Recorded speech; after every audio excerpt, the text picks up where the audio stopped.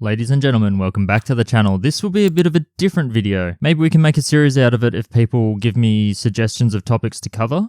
But maybe I'll just call it Roy's Rocks Rants, because this is just going to be a straight from the heart kind of rant on a topic that it takes a lot to annoy me, and this one gets me every now and then, and last night it really got me. So I stayed up late and backed up a bunch of stuff just so that I could talk about it, and what you can see in front of you right now is a photo of a 22 carat Cooper shell that's been carved right back down, treated as if it was any other kind of stone.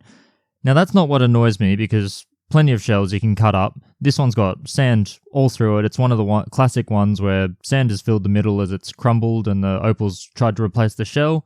But of course, a bit of sand gets in there. Inclusions all through the face. The back's even worse. It barely looks like a shell. They've gotten rid of a lot of the shell-like features, so I wouldn't even be calling it a shell at this point. But if you look in the top left and top right corner of this photo, have a look at that price per carat and that total value stone.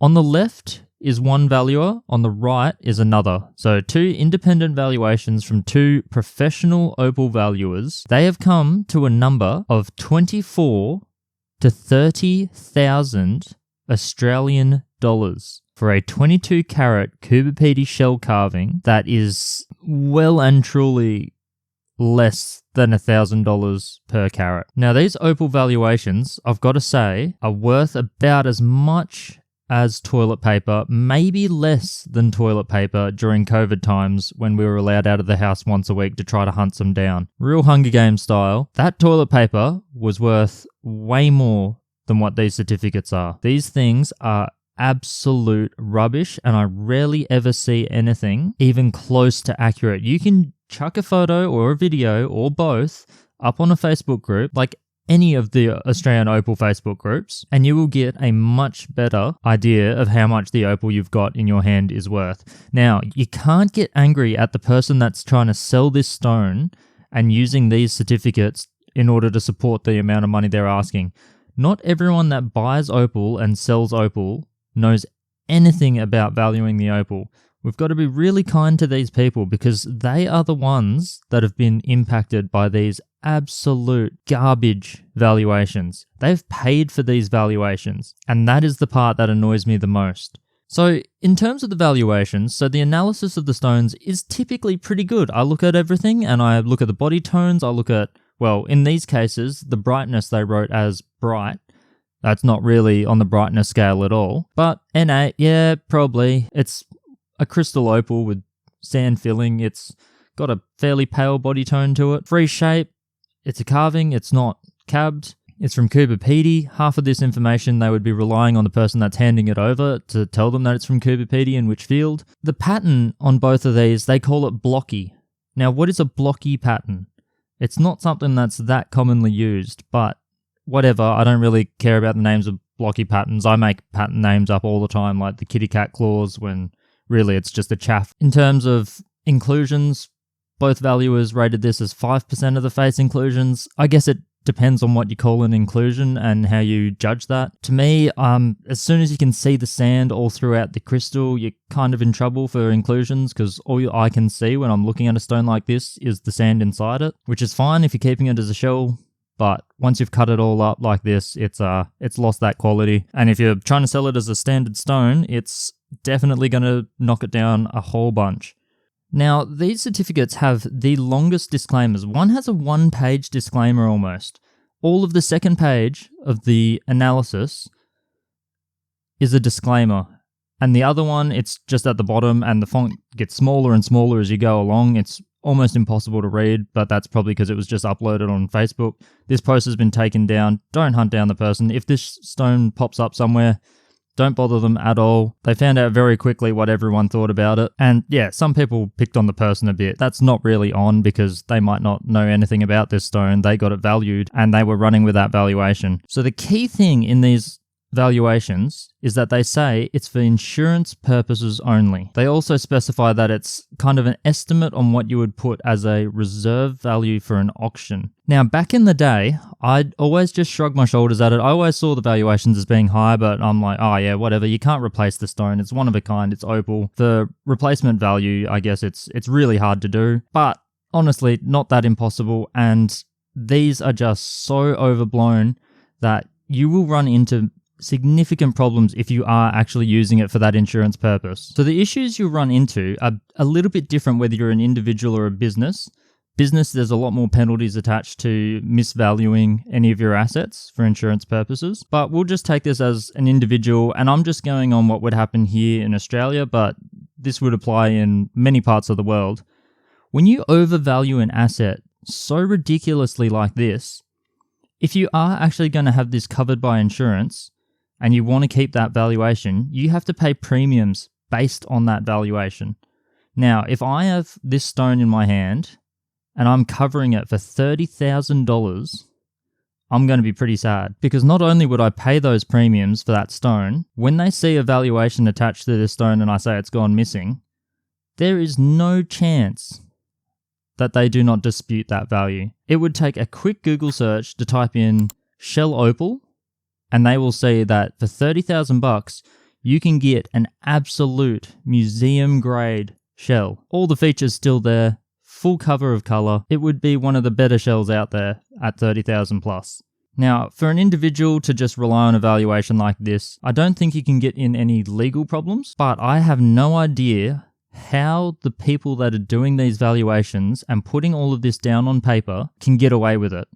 Legally, ethically, it's just ridiculous to someone like me, especially when I remember that people have submitted this stone to them and paid to get this analysis done so that they could have this certificate. Also, nice and prominent in the disclaimer, which gets smaller and smaller as you go along, they always seem to say that the report is completely private and confidential between the valuer and the parties that paid for the valuation, which is why I've stripped everything back except for the final price in this video. But also, they're saying that they can't guarantee that this valuation is at all accurate.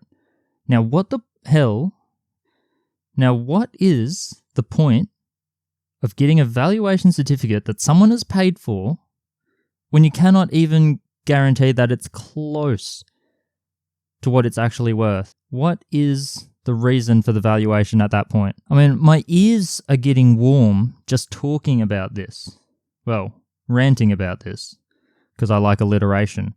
This is absolutely garbage, and I don't know if there's anything that can be done. I'm going to try to contact some people about these companies that are doing this, because it's just ridiculous, and it shouldn't even be legal. They are leading people completely astray. If I had a valuation come back like this, I would be turning around to the person and refusing to pay for that valuation, because one simple search on somewhere like Opal Auctions, you can filter for a $30,000 stone and see that in comparison to this, and you'd just be like, you guys have got to be kidding. Especially when you find a stone like this. Julian would sell me a shell like this probably for $200. I've got some nice shells off Julian for $20. The potchy with a slight hint of color, kind of white opal shells. Once it starts getting crystally, yeah, it's going to go up in price. It does not go up to $1,375.47. If I handed Julian $30,000,